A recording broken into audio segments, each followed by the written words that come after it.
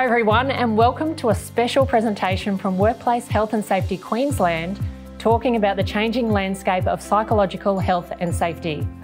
I'm Hayley Lewis, and I'm thrilled to be here today chatting with three very interesting and lovely ladies who together bring a collective 90 plus years of experience working in the psychological safety space. Firstly, I'd like to begin by acknowledging the traditional custodians of the land on which we meet today and pay my respects to their elders past, present and emerging. I'd like to extend that respect to Aboriginal and Torres Strait Islander peoples watching today. Well, during your career, it is highly likely you will work with or manage someone with a mental health condition, whether you know it or not. In fact, 1 in 5 Australians experience a mental health condition in any year, and 1 in 2 Australians will experience a mental health condition in a lifetime. The importance of mental health and wellbeing, mentally healthy workplaces, and reducing the stigma associated with mental illness cannot be overstated, and it's something I'm extremely passionate about. In today's presentation, we will discuss the changing legislative landscape and consider the retrospective, now and future perspectives, as well as draw on each of our speakers' industry experiences to talk about their regulatory past experiences and what has led them to where we are now. So let me introduce our speakers for today. Joining us from Canberra, we welcome Dr. Peta Miller. Peta has over 30 years experience across the public and private sectors in work health and safety and workers' compensation. She has worked as a senior manager of policy and research teams, developing major national initiatives as a consulting ergonomist, researcher and academic. She is passionate about working collaboratively to improve the work health and safety of all Australians and using evidence to inform the development of robust national policy and practice. Welcome, Peta. Thank you. Dr. Kirsten Way, Senior Lecturer and Program Director at the Centre for Business and Organisational Psychology at UQ, where she conducts research on safety, the role of supervisors in conflict, psychosocial hazards, occupational stress, fatigue, injury management, and occupational health and wellbeing. Phew. She has provided expertise to the Australian and UK governments to assist in the development of both the New South Wales Mentally Healthy Workplaces benchmarking tool and the New South Wales Mentally Healthy Workplaces Strategy 2018 to 2022, and has also contributed to writing both the Workplace Harassment Code of Practice for Queensland and the National Guidance on Work-Related Psychological Health and Safety. Welcome to Kirsten. Thank you. Sam Popple, Director of the Psychological Health Unit at Workplace Health and Safety Queensland, a registered psychologist and registered nurse. Sam commenced with WHSQ in 2019 following research into the regulation of psychosocial hazards, in particular how psychosocial hazards are prioritised and managed compared to other hazards. The Psychological Health Unit implements employer strategies to reduce the risk of work-related injuries associated with psychosocial hazards, including work-related stress, bullying, violence and aggression, and fatigue. Welcome also to Sam. Thanks, Hayley. Well, you've all worked in the area of psychological health and safety during your careers. Can you, and we might start with you, Sam, can you share with us an insight into your background and maybe what it's like to work in the area of psychological health and safety at the beginning of your careers? Thanks, Hayley.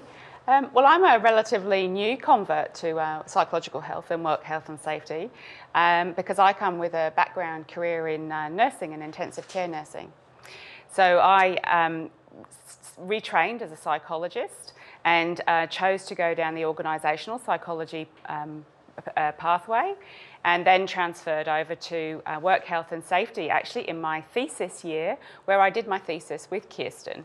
And Kirsten was introducing me to all this area here. As a career in intensive care, it became really apparent to me that the way that people work together is just vitally important. At the time, I was thinking of it in terms of patient safety and thinking about how people treat each other with respect or disrespect can actually make a difference on patient outcomes. But actually, it affects everybody. It affects workers, patients, the whole organisation, and we know that organisations suffer as a result.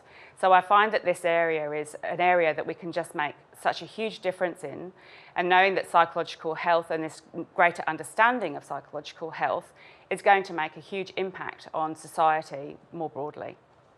And Kirsten, to you as well, can you share with us an insight into your background and what it was like to work in the area of psychological health at the beginning of your career? Yeah, so I started in about 95 as a graduate for the health and safety regulator, and while I was working in a human factors and ergonomics role as an inspector there, we were starting to get complaints in from industry about these hazards. And I remember going and speaking to one of the regional directors saying, what do we do with these complaints? And they said, it's not within the scope of the health and safety legislation. They didn't say throw them in the bin, but they said, we can't, no further action. It's just not within scope. So that's where we started.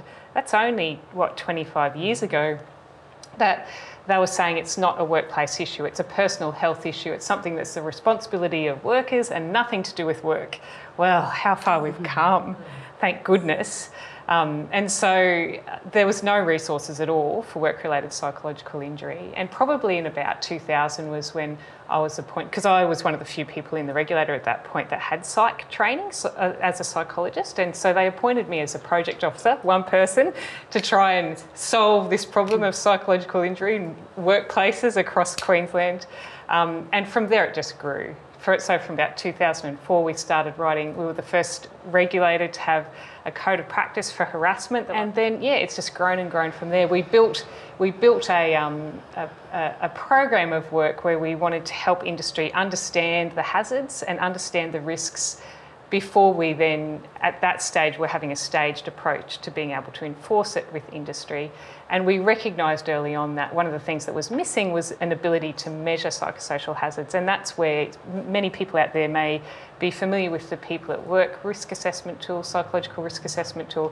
And that's the genesis of that work, where very early on we thought, well, we can't ask industry to manage this risk if they can't measure the severity and likelihood of harm occurring. So that was a piece of work that came out of that as well. And it's just very different now. I think in those early days it was very much a research push. So like I was aware of the evidence, and many people in academia were aware of the evidence of the risk of harm, but industry wasn't. So it's very much trying to push the awareness out. And I feel like now we're happily in a place where there's a lot of industry pull. Industry is saying, we recognise this is something we need to do something about, and please can you help us understand how best to do that. So that's a nice place to be 25 years later. It's been a quick change relatively, I think.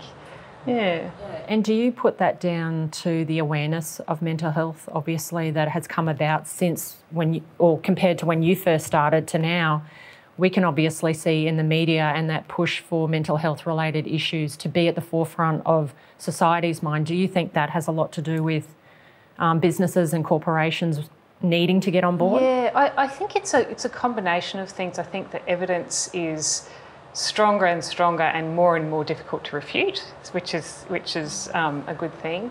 I think many businesses, many individual line managers have lived experiences of the challenges of either having challenges themselves with anxiety or depression, or managing a staff member, or managing a return to work context, or team conflict associated with some of these hazards, performance management associated with some of these hazards. So I think the challenge of doing this well is something that's driven industry to want to know more and want to be better at it. And Peta, we might go to you. Can you tell us a little bit about your background and where you started and how you think things are going now?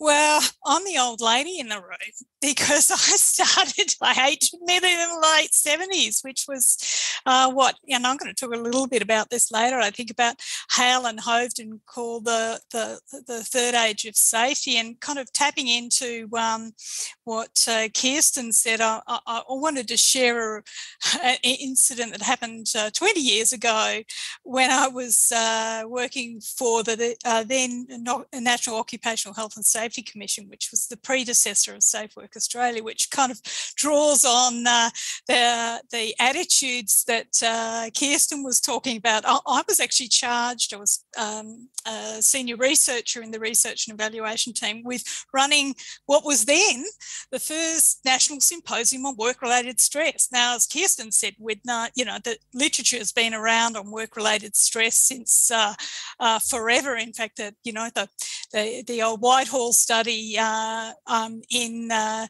1980s, but it was so appalled, some of the employer groups, that they actually wrote to the minister and asked for it to be cancelled, because there was no such thing as stress. It was just weak workers not kind of wanting to pull their weight and flinging it on. But fortunately, we went ahead anyway, and it was all a bit of a shock to me as a bright-eyed new public servant when one of the employer representatives grabbed the mic off the facilitator and said, "Stress is a myth," and staged a walkout.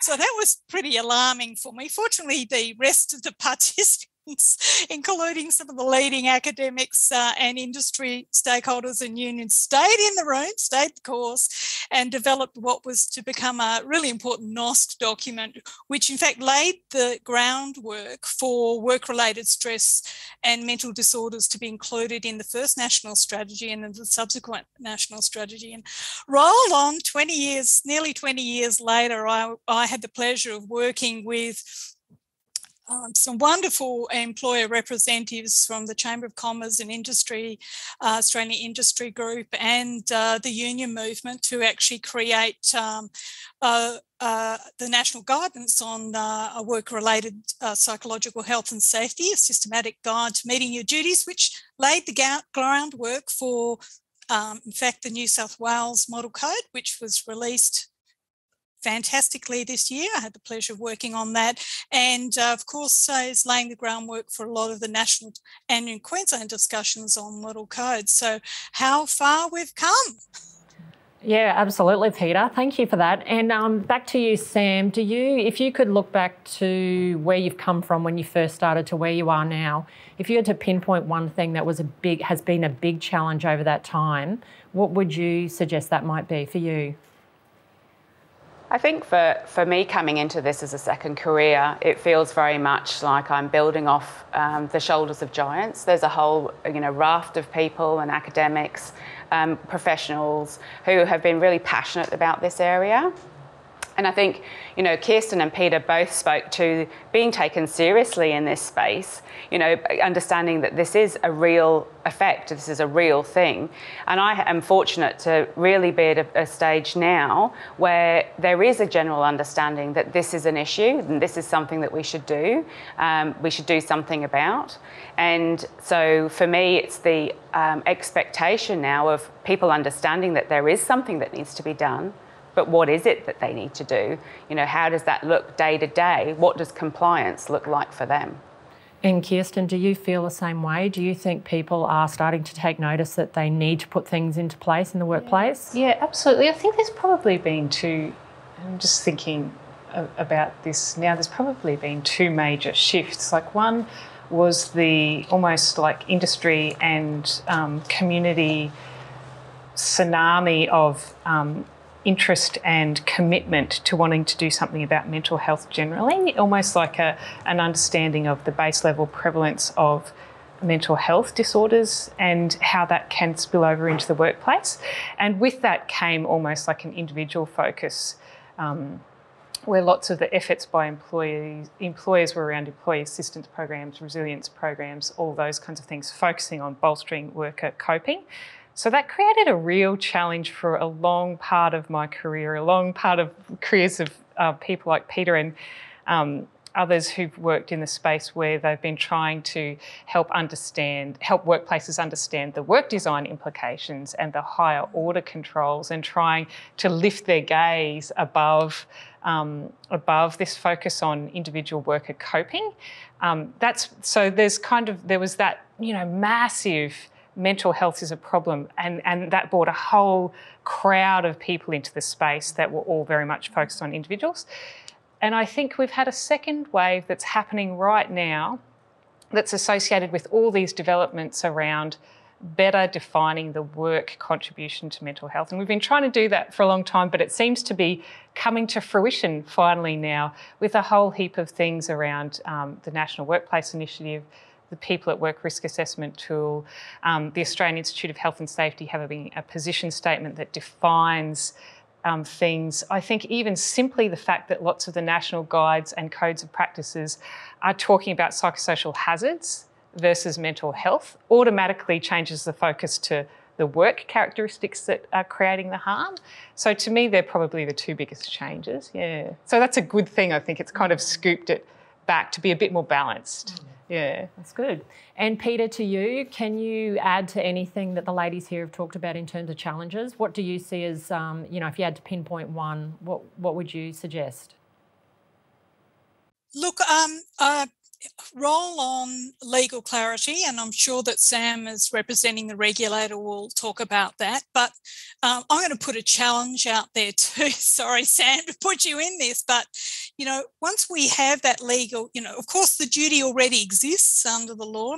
Most people didn't get that, but so there was already a duty to protect psychological health, but employers were repeatedly saying, look, we're not really clear on how to do it. Those codes and potentially a regulation and the great guides and the people at work resources will make that clearer. But I'm going to say, until there's some prosecutions, we won't get employers' attention. Until there's some really serious drives taken to actually prosecute people for breaches in maintaining people's health and safety. But I think there's some positives that are happening too. One of the things that I'm really mindful of aware of is the push by investors and supply chain participants, sometimes driven by fear of potential future legal litigation around liability of shared responsibilities of duty of care.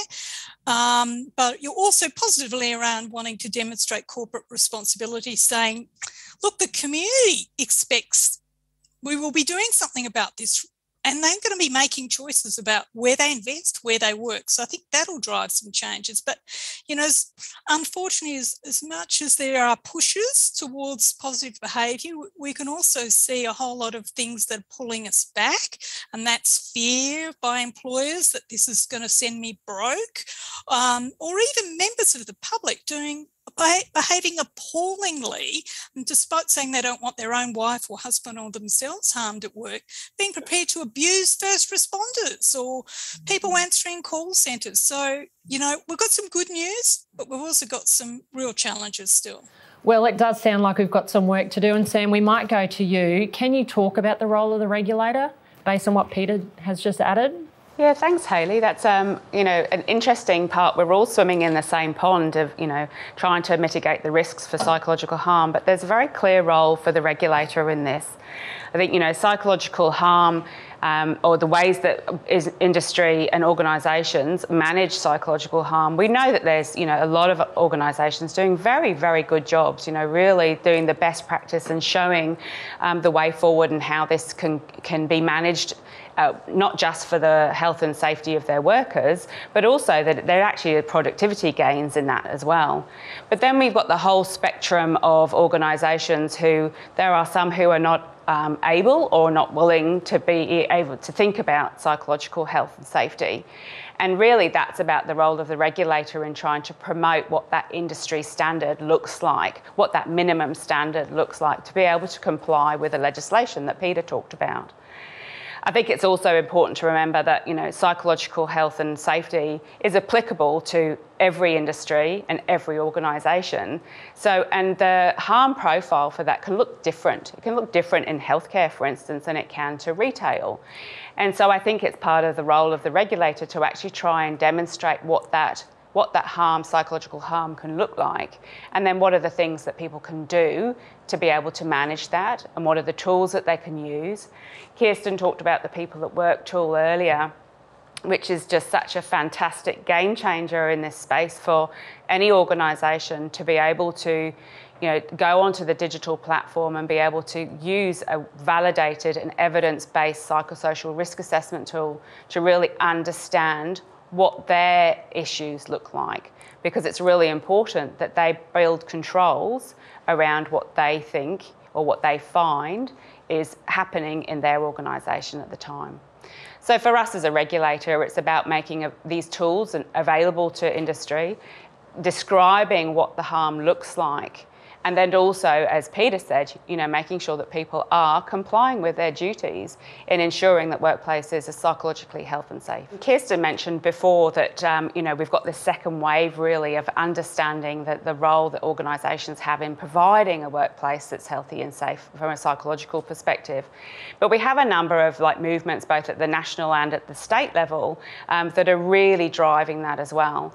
So the Productivity Commission released a report, Mental Health Inquiry, last year, where they really described how financially devastating it is to society when we don't pay attention to mental health more broadly, but mental health at work as well. And they actually described that the cost of this is in the billions. So we have a huge opportunity here to be able to enhance the way Australian society works and functions, and the Productivity Commission have been a big driver for that. So Marie Boland was instrumental a couple of years ago in actually looking at the work health and safety model laws and really defining that psychological health is actually a priority. And in that, she actually stated that it was important that we elevate the legislative tools to be able to build psychological health and safety regulations so that industries and organisations understand what they need to do to be able to comply with the law. And of course, we've had the recent Respect at Work report that Kate Jenkins has brought out that's really highlighted the prevalence and nature of sexual harassment at work and the need to do something in this space in providing healthy and safe workplaces for women and men at work. On a more local level, we have the Queensland Mental Health Commission that is really driving the importance of mental health in the shifting mind strategy that they have, and underpinning that, the Every Life Suicide Prevention Plan, which is highlighting the need to be able to address suicide both at a Queensland level and at a national level. This is something that the Productivity Commission has also highlighted. And Peta and Kirsten, we might also get your perspectives. What do you think the current drivers for change are? Kirsten?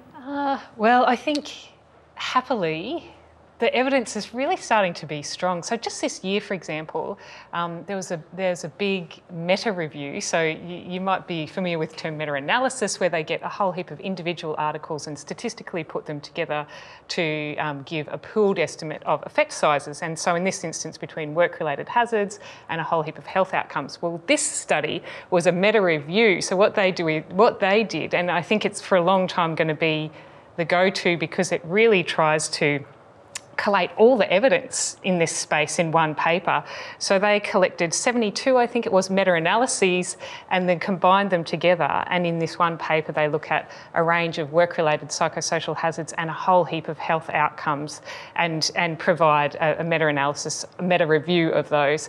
So they look at cardiovascular health, strokes, a whole range of mental health conditions, obesity, smoking, alcohol, pregnancy effects, a whole range of cancers, sleep disorders, and I'm not even covering them all.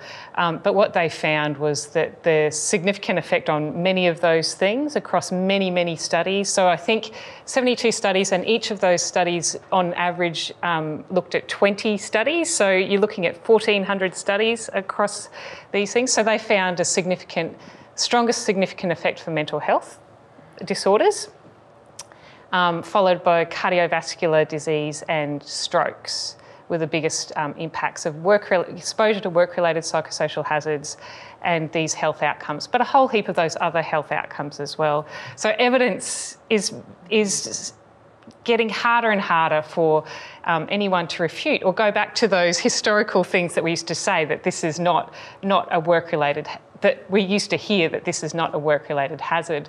And it gives some real targeted areas for intervention as well. The other big change and big impetus for change has been some evolution in the design of work that has been happening anyway, but has been exacerbated by the pandemic. So issues like work intensification, psychological contract breach, the importance of autonomy and the importance of connectedness in the workplace have all been highlighted by the pandemic. And I'd like to talk about that in a bit more detail. So When I'm talking about psychological contract breach, I think what the pandemic has done has thrown this situation at the world where employers have been asked to almost provide and care and show their concern for their workers in a way that's never been expected of them before. And some employers have had the capacity and will to be able to step up and provide that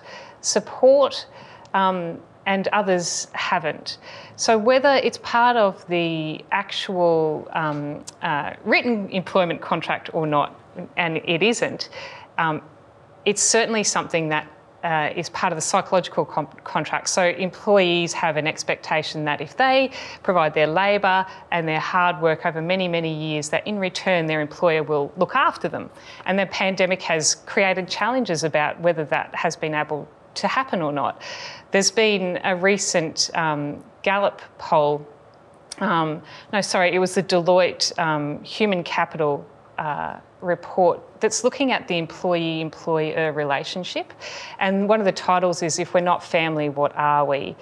And what they found and what they reported was a number of things that have happened during the pandemic. So they call on a Harvard Business Review paper that found that 89% of workers said that their work life has gotten worse, 85% said that their well-being has gotten worse, and 56% said that their job demands had gotten stronger. So this real work intensification that's highlighted by the pandemic, combined with, in many workplaces, employees feeling like their employer has let them down or not been there to have their back. And that's not a judgment. Many of them have been in challenging situations anyway that have meant they haven't been able to.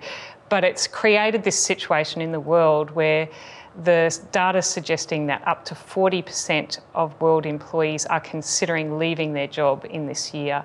So whether or not there's clearly a wellbeing impact, but there's also real impacts on the employer-employee relationship and how that may be playing out into the future. So the short-term decisions that are happening now around work intensification, psychological contract breach, the lack of real authentic connectedness that we lose in the cardboard Zoom world that we live in, and the lack of the incidental interactions and the liminal spaces after meetings where we can say, "Oh, Sam, what did you think about that? What did you think about what so-and-so said? And did what I say then make sense?" You know, you lose all of that authentic connectedness. All of those things have combined to mean that a number of the psychosocial hazards that we've traditionally understood have been exacerbated, and then there's these wellbeing and burnout outcomes. So another particular study, and this one was the Gallup World Poll, and it found this really interesting. They called it the wellbeing burnout paradox. So again, it's something unique to the pandemic. Traditionally, burnout and engagement, or well-being and engagement, have been reciprocal, right? Like as well-being increases, engagement increases. As engagement increases, they're additive and they feed off each other to create thriving work environments. Well, during the pandemic, there's been this schism between those, which is interesting. It's never been observed before. Gallup's been collecting data since 1938, and so these trends that they've been observing, they measure different things every year, but they've got long-term trends on these things. And what they found was people who worked from home had less well-being than people who worked in the office, but more engagement. So this burnout creep that many are arguing is that a very large proportion of the workforce are at this tipping point where the burnout could become so extreme that it's difficult to recover from. So it means employers are at this crunch time now where they need to be doing things to actively be measuring burnout in their workforce now, and then levering the things that we know are good about working from home and using what we know about psychological theory around the importance of basic psychological needs of competence, relatedness, and mastery, and how they can design the work to create those work environments, whether it's working from home or the office, or ideally a combination of both. Whew. Sorry. Yeah, no, that's very interesting. And speaking on COVID, from a personal point of view, my son, who's 23, he got a job while COVID was probably 6 months down the track from COVID being a thing. And we thought, this is great. He's got a job during COVID. He's going to be well supported. But, you know, as it turned out, we're talking about a very capable, extroverted, happy, steady-minded young man getting quite a good job in one of the big banks. And, you know, within 3 months of him starting, just the absolute decline in his mental state was scary, to say the least. There wasn't much support for him at all in terms of support from the company. You know, they were pretty much told to work from home. So as a new grad, that was very hard because, you know, you're sort of just starting off fresh in a new job. So it's not really also the burnout that you were talking about. It's for these young grads that are just starting off in their working environment that haven't had any mental health related issues in their lifetime, that are sort of being put into this working situation where workplaces aren't set up for these situations. And, you know, as a result, he finished there and went on to another corporation, and it's like night and day because they obviously had something set in place that they put their employees' health and wellbeing first.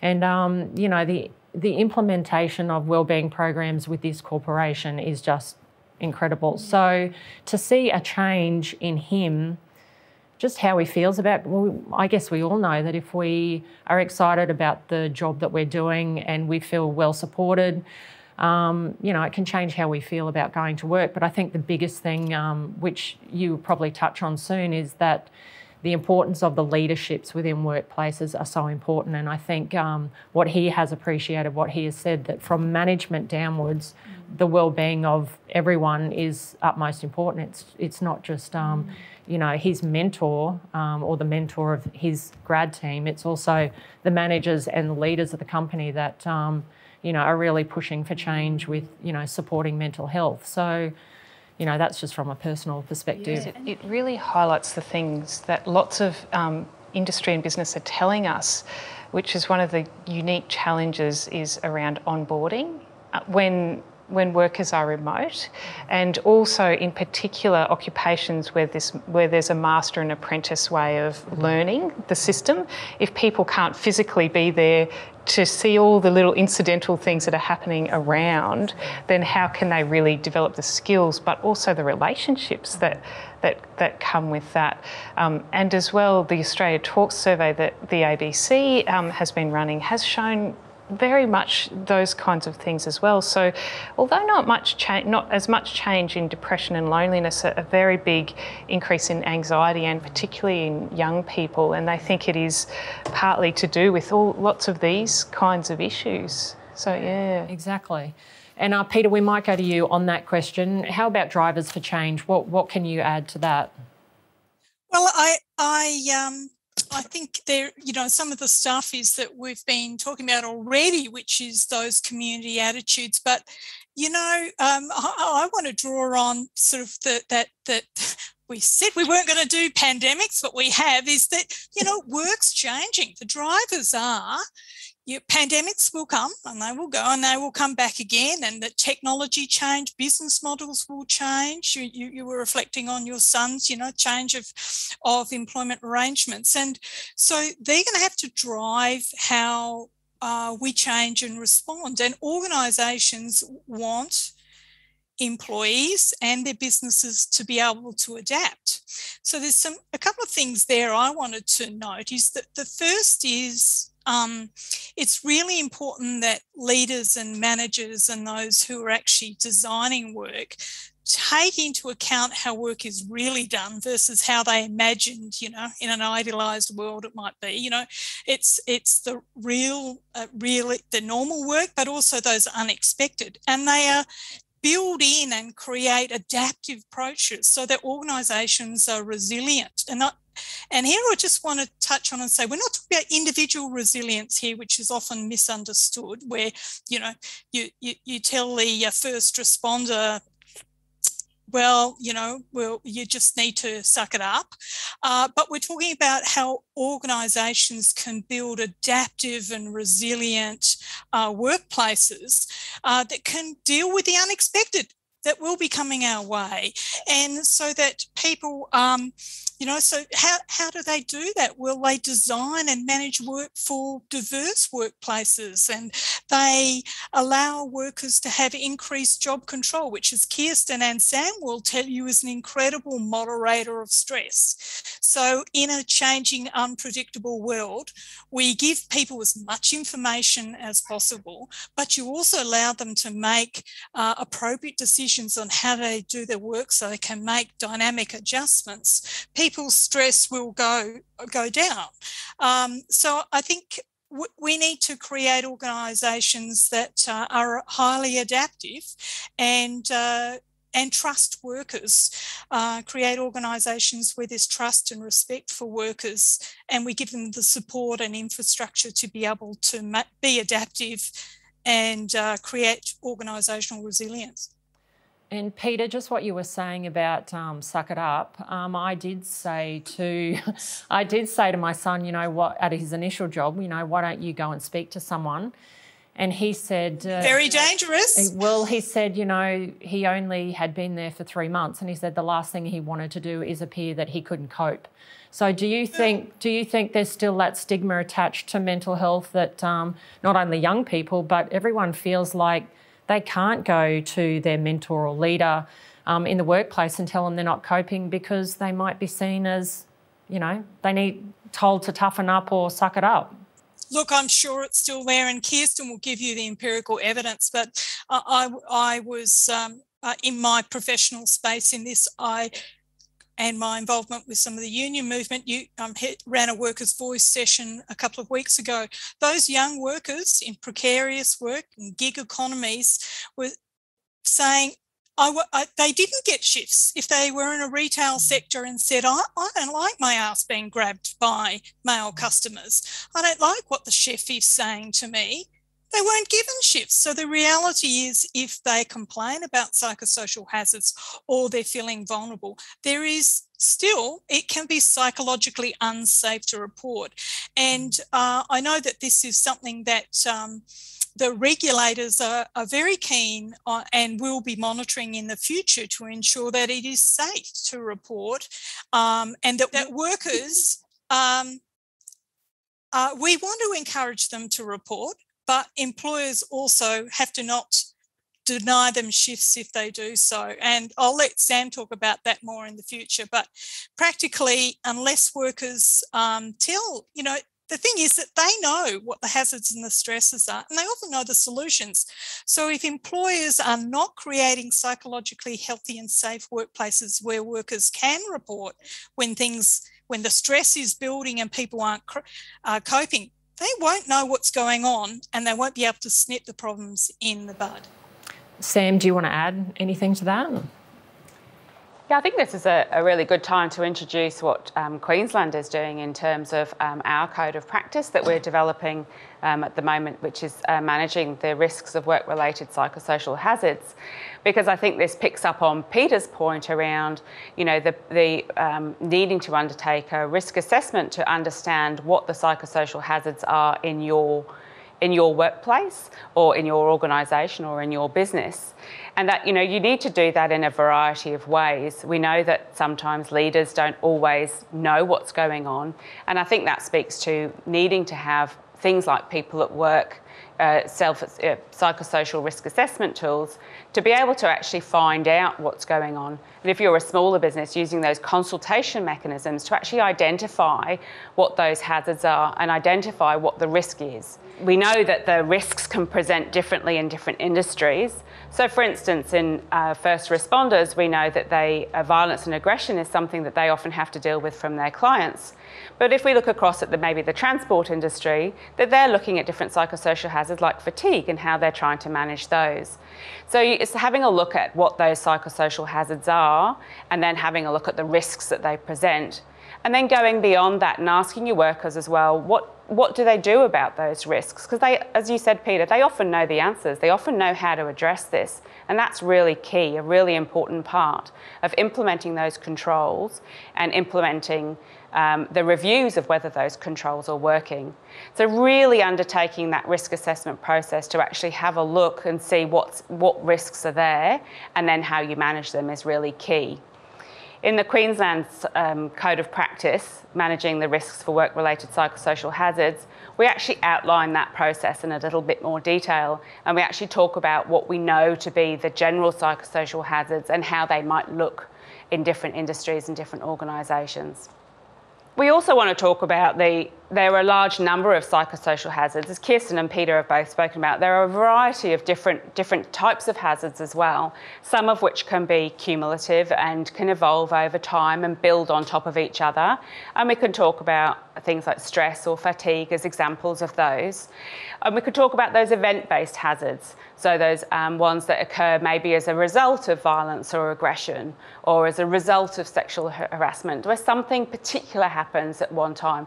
And as we can see, those event-based ones can possibly be a little bit easier to address than those cumulative, but those cumulative ones are no less important, and they actually can have like a deeper and a longer effect. And it's really important that when you're undertaking a risk assessment, that you actually address the whole suite of psychosocial hazards and also how they interrelate for each other as well. Because I'm a small business owner, but I only have 5 staff. So should I be implementing some type of mental health and wellbeing program to my business, even though I've only got 5 staff? That's a really good question, Hayley. And yes, the answer is most definitely yes. You need to understand what the hazards and risks are for your organisation, whether you have just 1 employee or whether you have 5,000.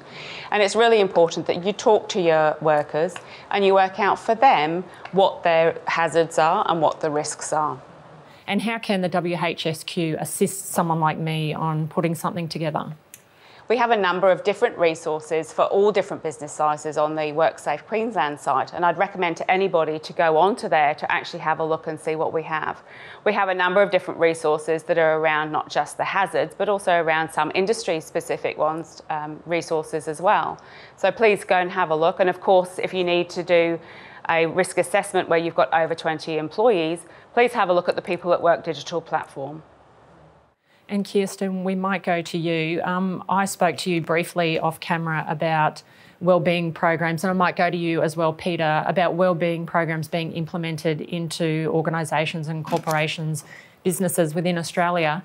We talked about potentially some doing it for the look and implementing these yoga and meditation. What's your grasp on what a wellbeing program should look like?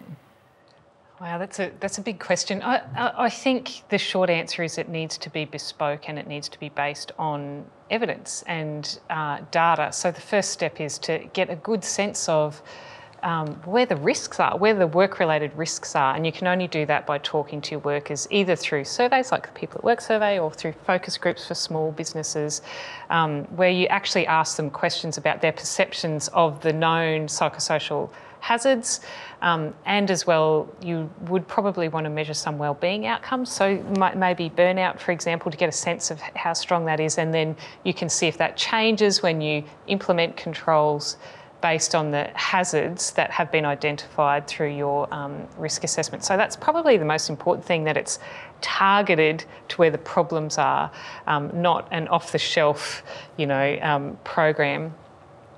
I think the second thing is it needs to be multi-level, so we need to think about interventions around the work design source of the problem in the first instance, and then supplement that with things like employee support systems or things that change health behaviours, which still absolutely have a place. And workers really appreciate things like lunchtime yoga and massage. It makes them feel like their Cooking employer cares about them. Yeah, that's right. But it's not enough by itself without the targeted interventions at the work design level. And the other thing I think is really important is the role of the leaders. So leaders, I really feel for you having a small business, it's tough. it's stressful. And so I think leaders need to look after themselves and model what good energy management and recovery looks like, and then create work environments where employees can manage their energy and have good recovery. So there's a whole heap of really interesting new research in that space around best recovery strategies. So that goes from things like holidays, like what's the best length of a holiday, how frequently is it, do you need it for recovery, what you can do at night for best recovery, in your work breaks, micro breaks, so little tiny breaks that you can build into your work day, and whether they allow people to psychologically detach, have a sense of mastery, have autonomy over their recovery strategies. So if leaders are good at modelling those things for themselves, they finish early, they take their breaks, they look after their health and well-being, and they also create work design that allows their workers to do that, then that's something that can supplement changing the actual work design as well. So I understand there are more changes on the horizon with respect to the regulation of psychosocial hazards in Queensland. Sam, can you share a little bit about this and what can we expect and what does this mean for workplaces across Australia? So in response to those driving reports that I talked about earlier, the Office of Industrial Relations has actually been drafting the Queensland's first Code of Practice, managing the risks of work-related psychosocial hazards. And we started this in 2019. And the Code of Practice will actually provide some practical guidance on how to achieve compliance for psychological health and safety. And this will apply to anyone who has a work health and safety duty of care in the circumstances that are going to be described in the code. This is a really important document, and this has been drafted in consultation with workers, employers and academics. And within the Code of Practice, we describe the range of psychosocial hazards, and those are anything that are in the design or management of work that increases the risk of psychological or physical harm. And there are a number of different hazards that can either be cumulative or event-based. Cumulative hazards are those hazards that we know can build up over time and include examples such as high job demands or workloads, specifically which is a common source of poor psychological health and safety. We also have those event-based hazards such as violence and aggression and sexual harassment. And Sam and Kirsten, you've been talking about work design. Peta, can I ask you, what are some of the challenges to doing this well from your perspective? Look, I think that there's some huge ones. The first is that we as experts, Sam and Kirsten and I, understand what work design is, and I think a lot of people don't. And so just to clear the air, look, work design is designing the work so it's safer and healthier to do, and it means that eliminate those hazards at source, and then look down your hierarchy of control. So substitute the work with a safer way of doing the work. And then look at those administrative controls like task rotation so that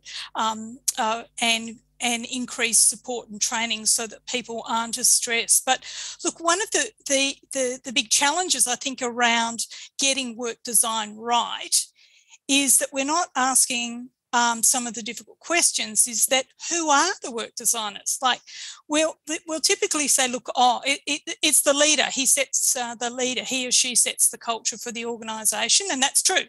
They set the strategy and the governance decisions, and they decide a whole lot of things on how work is actually done.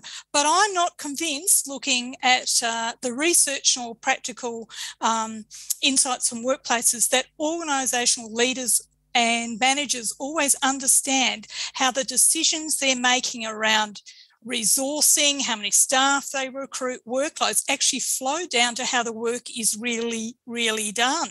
And there's this disconnect.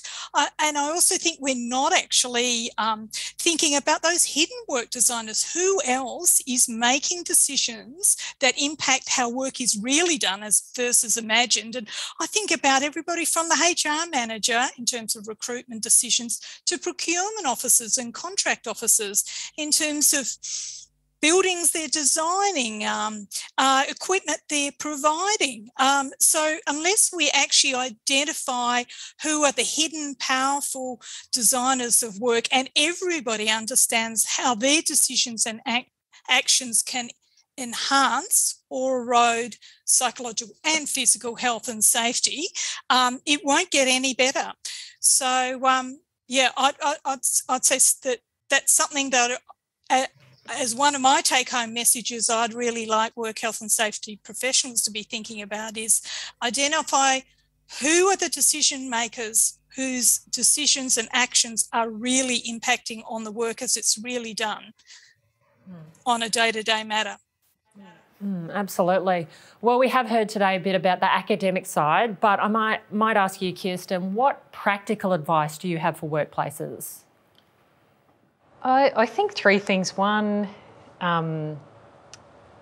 identify the main hazards, control it at the source, make sure you measure things so that you're not just doing it blindly, you're targeting it, and use experts. There's experts out there who have expertise in this space. Be really careful and critical in the expert that you pick, that they're an expert that actually does have the work design perspective as opposed to the individual health perspective when you're trying to address psychosocial hazards. So that's in terms of prevention. In terms of when something happens, so if you get a complaint, act early, take it seriously. We've been doing a recent study where we've been interviewing complainants who have raised issues to do with psychological health and safety with their employer and with a third party. And it's striking how many of them, first of all, how prolonged and profound the effect of the incident is, but more than that, how prolonged and profound the impact is for how badly the organisational response was managed. So I think it's an area of great challenge and an area of great potential for employers to do a lot better when incidents are raised in the workplace. And the third thing is, I think in the current context, if for workers who have the capacity, have a bit more of a long-term view about the potential consequences of decisions that you're making now in terms of worker support, work intensification, getting through the pandemic, what those longer-term impacts might be and how you might change the way you're thinking about those basic psychological needs of mastery and relatedness, competence, I should say, relatedness and autonomy.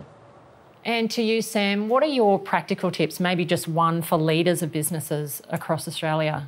Yeah, thanks, Hayley. And I think, Kirsten and Peta have both talked about the importance of leaders and them having those skills. So we have the Mentally Healthy Workplaces Toolkit online, which actually gives you a really good example of different things that you can do as a leader and manager in your workplace. Workplace Health and Safety Queensland also runs some mentally healthy workplaces workshops as well that can help guide you through this.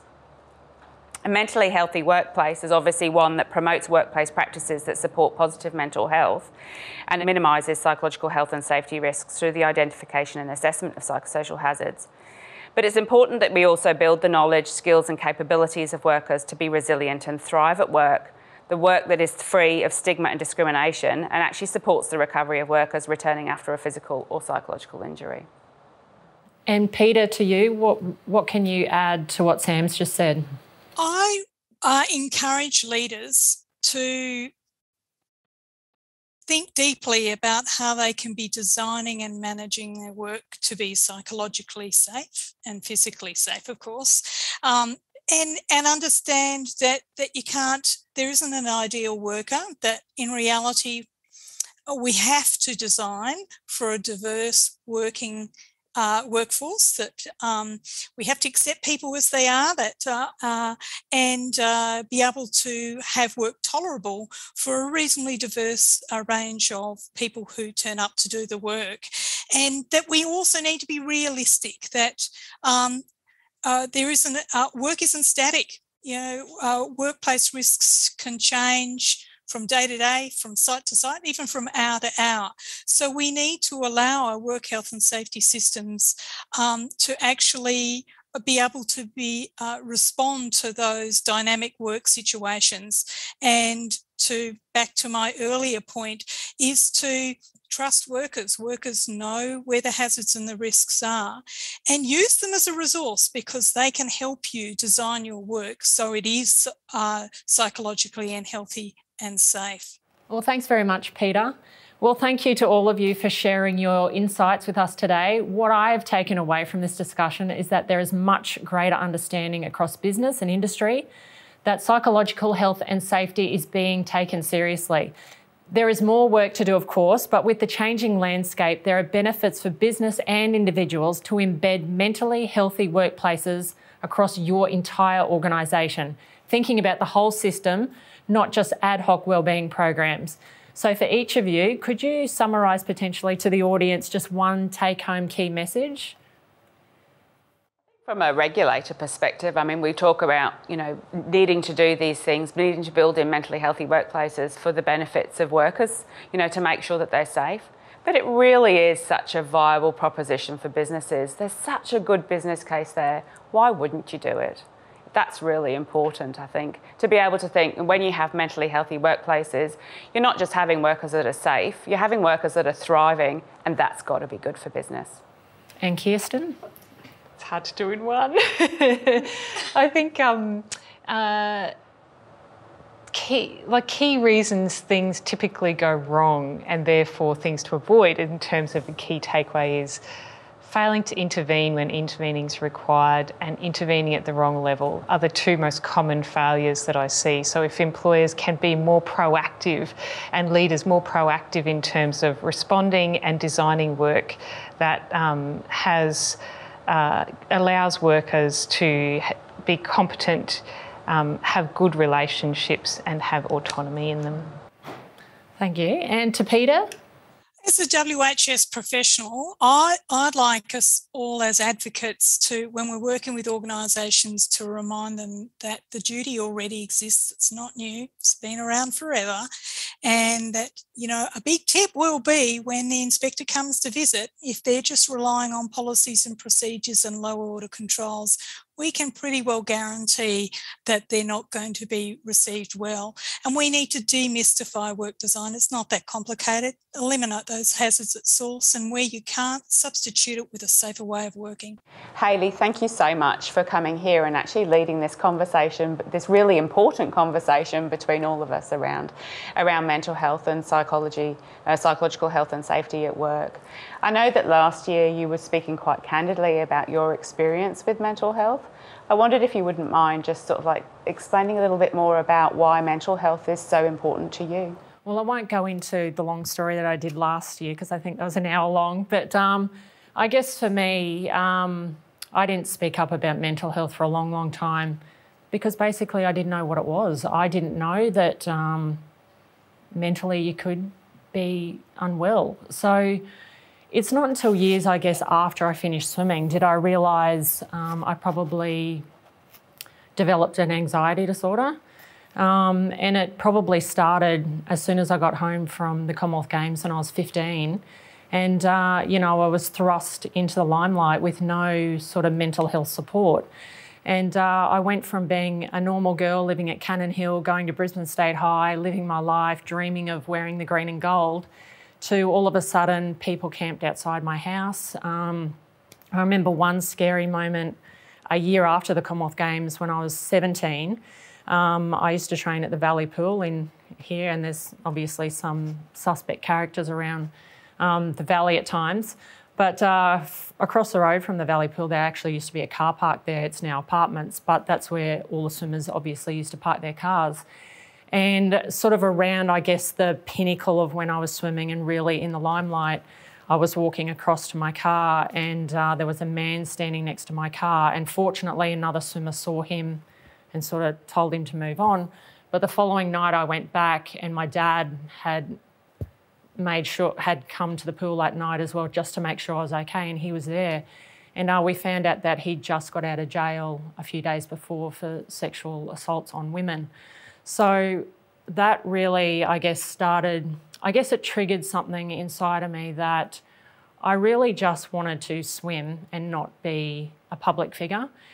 And I still remember going to someone, I won't say who it was, but telling them that I was struggling with, I guess, being known. I just wanted to swim. I wanted to be a normal Year 12 student.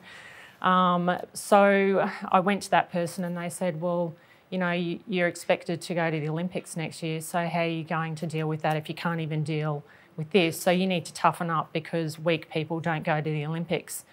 And I remember for me, I think that was the start of me having real anxiety about going out in public, competing. So it definitely, I guess, triggered something that, you know, I would find myself getting very nervous in social situations, and I guess general performance in the pool. So obviously, like a lot of people, what did I do? I started eating, and then of course, then it would be written in the paper about my weight. So then I had, you know, obviously body image objectified in the newspaper. And I had a boyfriend, so he was steering me away from my goals of, anyway, we're getting very personal. But I guess that the main thing was I was made to feel like I couldn't be a normal person.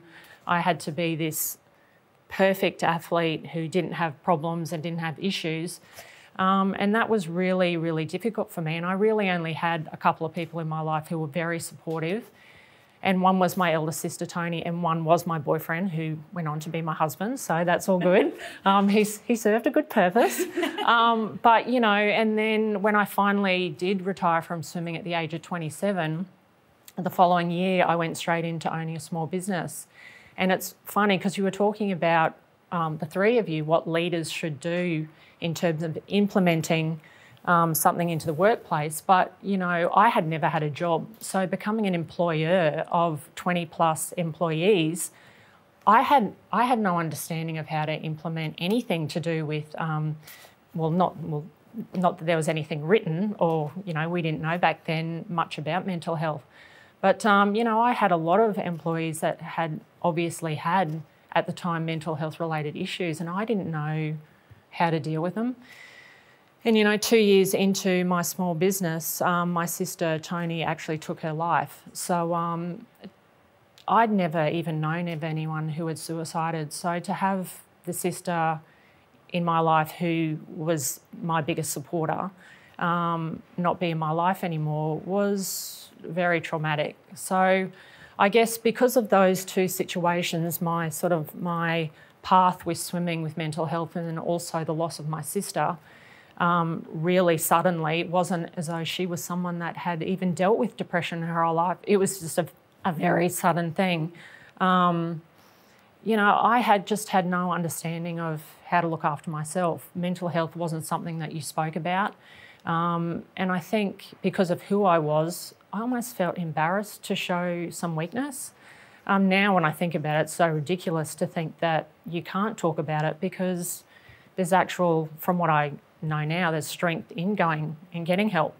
So I think the loss of my sister really made me more aware about mental health, and especially mental health and wellbeing, myself, my family, my employees at work. So we would always, even though there was no wellbeing program per se, we would always have social get-togethers to make sure everyone, you know, felt like they were in a supported environment. So which I felt, you know, it's probably in the years that I owned the swim school, was probably the most, I guess, proudest thing that I came out of having that I knew that my staff felt supported by me and they could come to me if they had any problems. And like I've just spoken about, my son, obviously, very scary for me going to work and thinking about him working from home, and I'd left him and he was crying. That's hard as a mum to leave your son at home knowing that he's not supported by his employer. And obviously having a sister who has taken her life, if we're getting personal, I would go to work wondering what was happening at home. So I think based on my sister and what happened to her, that's why I got into studying psychology. So, you know, it's probably even above swimming, you know, the proudest thing that I've done is I'm not a natural academic. I don't read meta reviews and that, but, you know, I've enjoyed learning more about psychology and the mind and how powerful it can be for all of us and how, you know, how we are towards others can really change how they feel as people. And, you know, vice versa, how people are to you can really make you change how you feel. Like I know how I interact with my customers can impact them greatly. So, you know, yeah, so I guess that's my story. And, you know, having a young son who's 18 now going into swimming and having dreams and aspirations of wearing the green and gold like I did, it's almost like a silver lining that I know now as a parent how he needs to be supported mentally.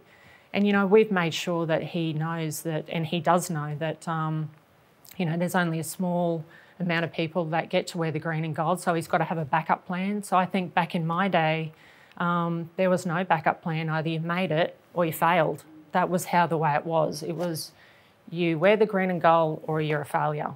So, you know, we make sure, well, there's obviously more now about mental health with sports people that, you know, we've made sure that, you know, education first for him and then he can decide what he wants to do. So he's actually just filled out his QTAC forms and is going to study psychology next year. So that's what he wants to do with his life. So I think he's seen me benefit from doing the degree, so that's what he's going into as well. So I guess, you know, while I'm not as educated as you three here, I guess my story, you know, I've been on a journey and it's obviously a lot different to, you know, the journey other people have been on with their mental health, but I think I've been through a lot. So, you know, I'm looking forward to potentially one day being a psychologist where I can help people. And I think you raise a really good point about, you know, the way that, you know, psychology intersects with every part of life. It's in the way that we love, it's in the way that we work, it's in the way that we, you know, we play, it's in everything. It's just fundamental to being human. Well, thank you to our speakers today. And remember, Workplace Health and Safety Queensland have a range of tools and resources that can assist you in identifying and managing work-related mental health hazards, including stress, violence and fatigue. Visit worksafe.qld.gov.au to check these out, including a number of existing webinar recordings which may be of interest. If you or someone you know needs support, please reach out. A range of support services are on our screen. Lifeline are available 24/7. Thank you.